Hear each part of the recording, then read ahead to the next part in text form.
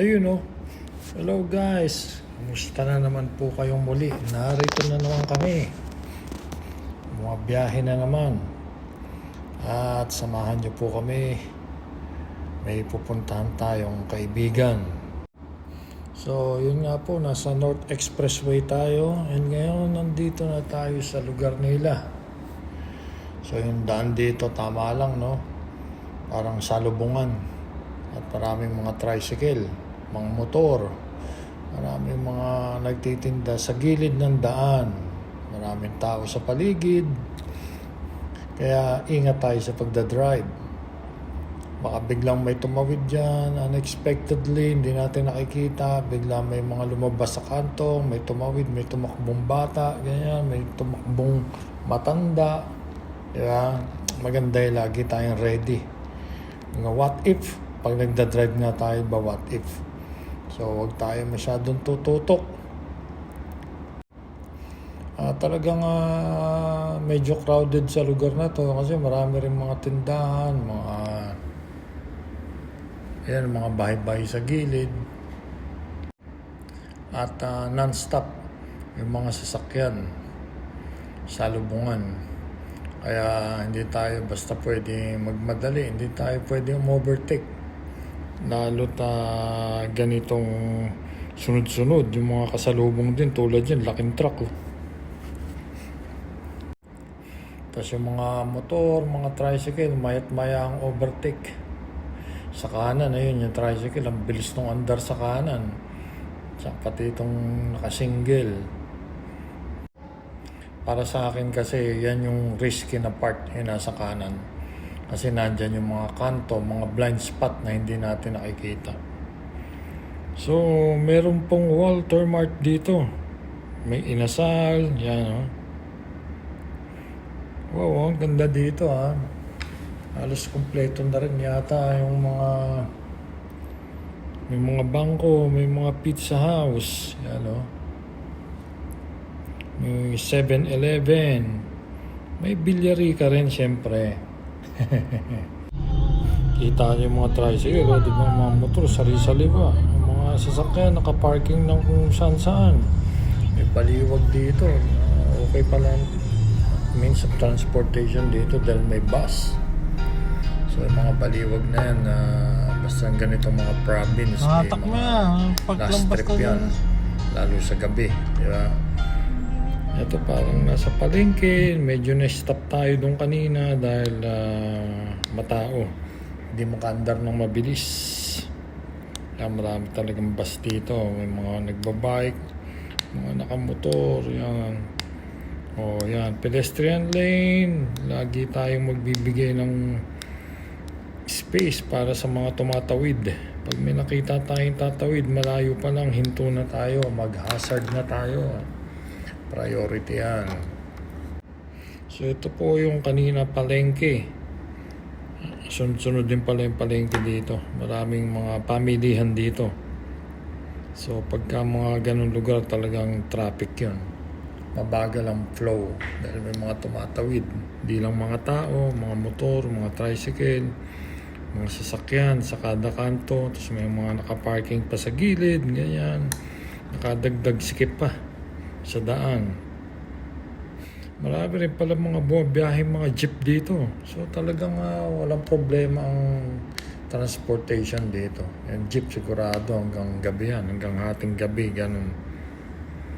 So talagang marami na rin sasakyan talaga kahit saang parte ng Metro Manila, kahit sa probinsya, no?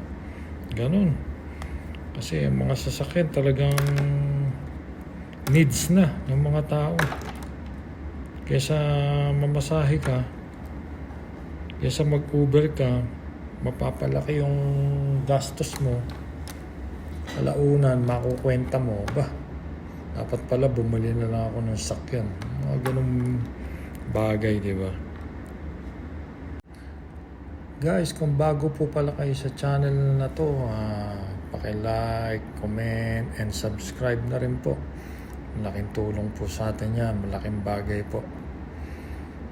And thank you po sa time na binibigay ninyo para makapanood kayo sa video namin. At sana nag-enjoy din po kayo at may mga kinapupulutan nyo rin po ng mga bagay-bagay na tulad nito, yung mga lugar na hindi natin alam. Yan, nalalaman natin. No? So marami rin po palang kainan dito. Kanina dinaanan natin yung McDo, tapos yung Max, tapos marami rin pong mga gasolinahan. Kaya sa mga may sasakyan, di nyo kailangan mag-worry kahit gabihin kayo dito dahil sunod-sunod pong mga gasolinahan din dito. At mas lalong hindi po nyo po mag-need na mag-alala sa mga kainan dahil sunod-sunod din yan dito, marami rin. So parang nasa Manila ka na rin pala dito, ano? Hindi katulad nung araw, talagang pag nasa province ka, pupunta ka ng bayan, ng province na yun para makakain ka ng mga tulad ng mga Jollibee, mga McDonald's, mga Max, yung mga kainan na ganyan, no? And at the same time, marami rin parang mga eatery dito, kumbaga yung mga karinderya ng mga dadaanan ninyo. So dito po sa lugar na to, masarap yung mga kainan dito. Masarap ang mga luto ng mga taong nagtitinda sa mga karinderya dito. So yun nga po, doon sa pinuntahan natin, nasamahan na rin natin sila sa pagpunta nila dito sa titingnan nilang bahay. Dito naman sa paligid na to, para mga bukirin yung paligid. Kanina sobrang crowded, mga building sa paligid, dami sasakyan. Dito naman, nawalang bigla yung mga yon, puro lupain siya, mga bukid, mga palayan, yan. Saka lumuwag yung daan. Kasi papasok na to sa loob ng subdivision, no? Ganon. Ang motor talagang number one means of transportation na rin dito yan sa Pilipinas. Kaya kahit saan, hindi mawawala yan. Lagi kang may makikitang ganyan. Kaya ingat-ingat lang guys sa pagdadrive, no? And lagi tayong magbabaon ng isang drum na pasensya sa araw-araw na pagmamaneho sa daan. Pag merong nakagit-gitan, hayaan nyo lang. Kung kailangan humingi ng pasensya, humingi kayo ng pasensya, mas maganda po yun. May ibsan yung sama ng loob at galit ng tao. So, ito pala yung subdivision, First Park Homes. So, si Chief sabi mag-park muna tayo sa parking area nila. Kasi wala tayong sticker, bawal maglakad doon sa... Little Bunny ba siya? Bawal ipasok ang sasakyan doon sa loob. Kaya maglalakad na lang tayo. Yung mga model house po Oo na. nga. Una, kasi ito yung... Ito ma'am, silipin natin for idea lang ng design. Yung sa lipa, walang landscape siya ma'am. Ito yung ano ko. Ito ang turnover po natin. May parang yung dalawa niya. Tapos double na parang door sa likod. Steel door. Open door. Okay, ito makita niyo po. Ganito yung service area sa mid. Ay, dami ganito. Ganito siya kalaki. Ano lang din, lupa lang din. Ito ang dirty kitchen sa likod. And ang CR. Yan. Ito yung pinto ng dirty kitchen. And then dito na tayo sa taas ngayon. So ito yung harapan. Yan. Yung nasa bubungan niya. Ito yung bintana. Yan. Para visualize ninyo. So yung room, tama lang. Depende. Ito medyo maliit na room. Ito yung kama niya. And ito yung labas. Jalousie lang yung bintana niya. Hindi katulad dun sa isa kanina.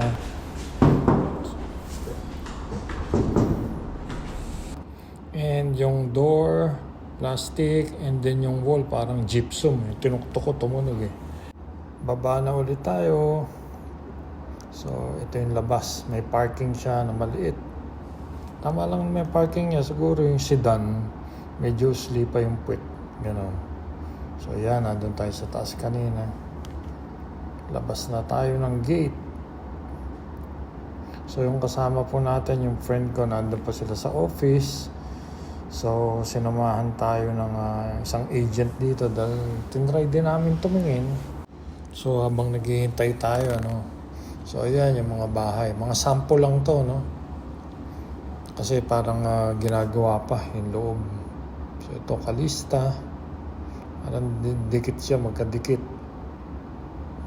Para siyang townhouse ang dating niya. So iba't ibang bahay ito. Ito another sample na may lamang gamit. Luma lang talaga Mas mami makikita malaki. mo Pero talaga lahat po yung ng ganda. size na Mas same ma-appreciate mo yung Baka kasi may isa pala. ganitong mga bahay pagka mayroong mga gamit. Kasi ma-imagine mo na eh.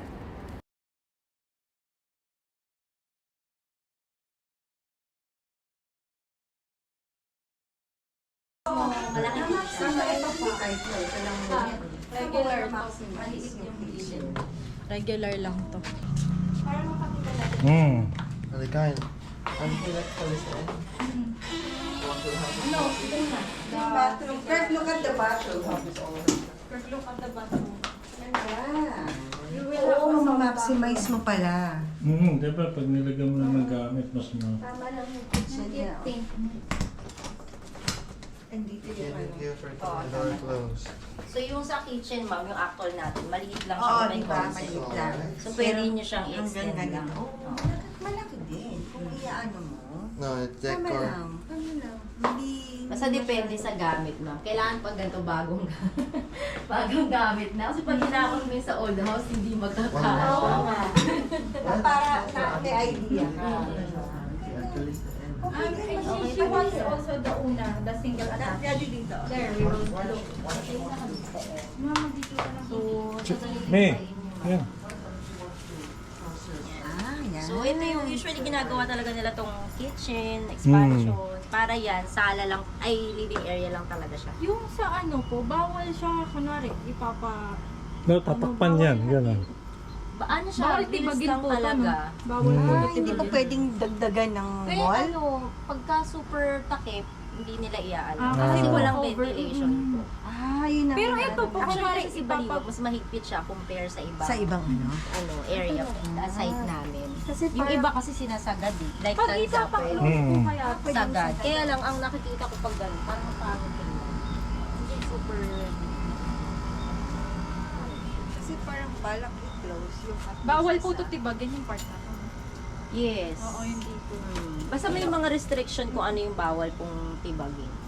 Tapos ang sinasuggest talaga nila is grills po yan. Although pwede mo siyang bubungan. Pero yung iba nga, may kasi cabinet talaga lalagyan. Pwedeng i-extend. Kama lang dyan, Dalawa yan. table. Laki, diba? Simple lang, minimalist. Hindi mo naman kailangan na super... Tapos may table pa nga dito, oh. Ganun There's mo lang bed, isang kasi bed. single lang. So yun nga, gumanda na siya nung nalagyan ng gamit. Depende rin sa paano mo i-design talaga yung magiging bahay mo. Malaki man yan o maliit. Basta depende talaga sa tao. Depende dun sa titira kung paano niya pagagandahin. Yung bintana. Bintana. Sa kanya yung isa. Sa akin yung isa. Siyempre sila mag-asawa naman na. Siya, sa kanya. Isa. Diba? Ang ganda. Good. Check natin mami. Kirk. No, the same, Kirk. Concrete. Wow, Stairs. Day 3 rooms for 2 people. Alam mo, inasal na kasi sa atin eh. Magkakaanak sila, di ba? May CR din sa taas. One for mommy, one for ano. Hindi kasi may family. Babakasyon, province, kaya gusto nila. Ito parang malaki to, ano? Yan po yung master na. Master. Master bedroom. Ang galing. Maganda. Ang ganda ng setup. Ayos For din me, to, maganda rin hindi to, siya maganda. magulo. May door din to. May door yan. lalagyan siya. Hindi magulo yung setup niya. Kasi yung iba, parang magulo rin yung setup. Basta nakapagtayo lang. Marami Nakakagano Smart naman. unit layout po kasi yung ginawa nila. May space talaga sa bed, sa Kasi yung iba, cabinet. parang tinayo lang na nilagyan ng room na Magulo. Parang gano'n. Hmm. Sabi niya, anak, ganito ba yung itsura mo? The window. Maganda yung mga nanonood ng YouTube kasi parang sila na yung Ano ba yung nakita mo? 4 point. Hindi natin doon. Kung gagawin yung total price, hindi natin sa talaga na yung data. Sa 3 bedrooms. Eh, malalaki na pala. Yung, as in, tama lang yung rooms niya. Tapos pwede pa yung pa-expand. Nga rin mag-add sila balcony in the future. It's hollow. Basta may open space. Oo, 20% ang basic kasi talaga 20% of the lot. Matitira o. Flooring niya. So sa akin po, Gandang pwede kalso. pang ma-expand. Pwede pa kami sa inyo mag-pair kasi sa inyo, di ba yung end, expand nyo sa gilid, tapos sa harap, sa second floor. Oo. Wala pa. Una, Calista and Calista Mid. So yung una, ang CR, dalawa, taas at baba. Yung Calista, sa baba lang meron, sa taas wala.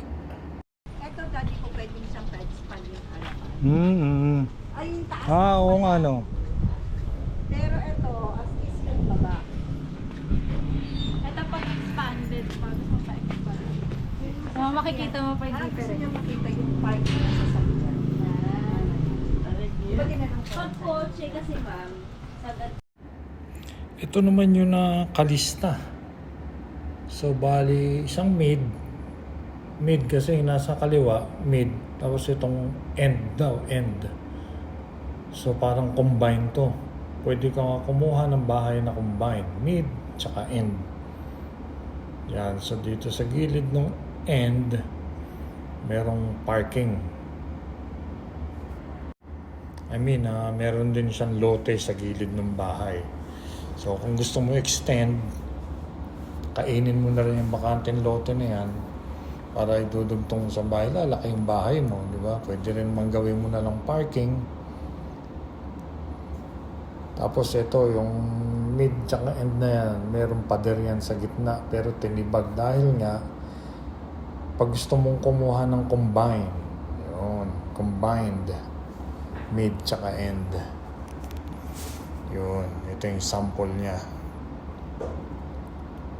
Yan yung labas, oh. Parang dalawang gate siya lalabas kasi pag dalawa yung kukunin mo, di ba? So ito, sample na naman to, may gamit sa loob para makita mo, ma-imagine mo yung magiging itsura ng bahay.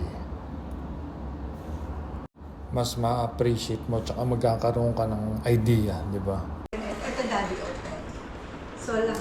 ito yung tinanggalan ng hagdanan na. Oo, ganyan, ano? Kasi Tapos, ito, Kasi may space na tingnan natin lang. ano yun? Kasi ito, close ba naman ito? Yung sa yung service area. Yun, kasi CR. Oo. Just please, try lang. Ito yung tagos dun sa lupa kanina. Sa likod.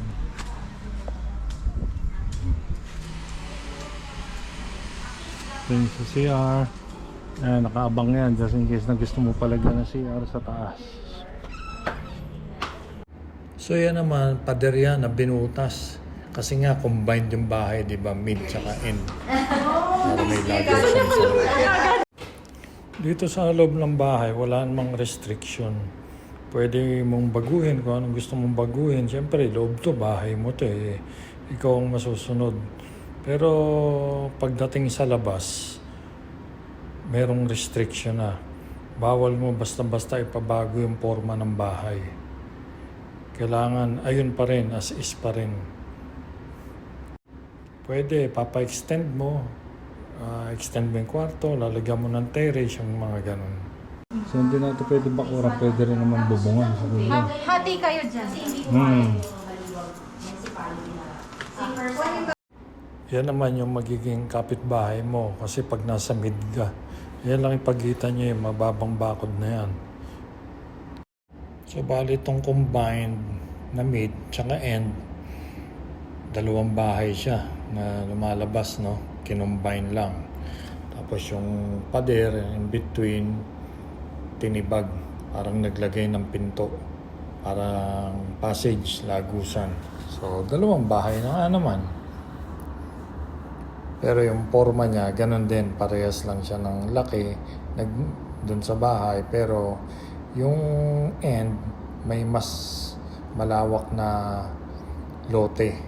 Yun nga yung kanina, sa gilid na pwede mong i-extend. Ganon. Pero yung laki ng bahay, pare-pareho lang siya. So, kung may budget ka talaga at gusto mong medyo malaking bahay, yun nga, kunin mo yung combined na mid tsaka end. Tapos during construction, dun mo sasabihin kung papatibag mo yung pader para may passage yung mid tsaka end na bahay, pwede namang hindi rin. Tapos dun sa kabilang side nito nga, yung nasa end, tinanggal yung hagdanan. Kasi nga, kinumbay na, dapat iisa na lang yung hagdanan mo, di ba? So, bahala ka rin kung saan hagdanan, kung anong unit yung papatanggalan mo ng hagdan. Kung yung mid or yung end. Ganon. Yun lang na pagka pinatanggal mo yung hagdan, tapos nagpatibag ka nung parang pader para gawing passage, may mga bayad yun, may mga charge yun, pati yung bakod dun sa labas. Kasi may bakod yan in between nung mid tsaka end. Pag tinanggal yun, may bayad din yun.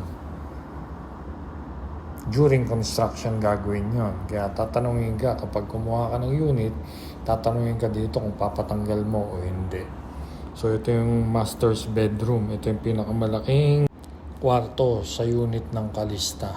Master's bedroom. Yan, parang 2 kwarto siya. Tapos ayun, yung may grill na yan, ayan yung may hagdanan, supposed to be.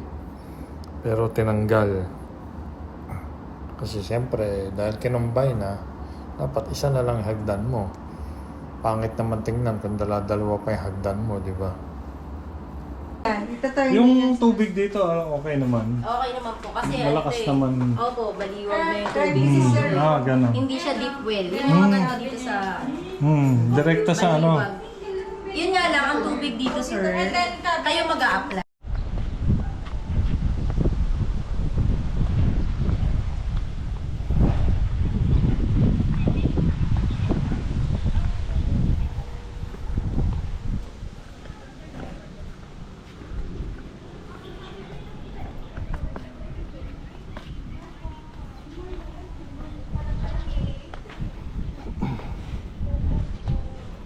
Morning po. Thank you. Okay.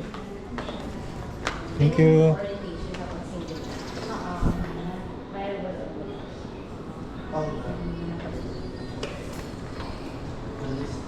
This bahay room. Yung mga bahay pala dito, mga ilan-ilan pa lang, nandun pa lang sa mga dulong phase ang mga natapos. Inuna nila yung dulo bago tong pinakaharapan. And dito mo naman makikita yung buong plano. Yung kabuuhan ng buong subdivision. Nandyan lahat. So ito nga po, pinasilip kami. Ayun yung magiging parang phase 1, phase 2. So lang bawal pumasok. Bawal makita yung mga kung paano nila ginagawa yung mga bahay, ganon. So yes guys, thank you po ulit sa pagsama ninyo dito. Paki-like, share, and subscribe po ulit. Till my next video, God bless.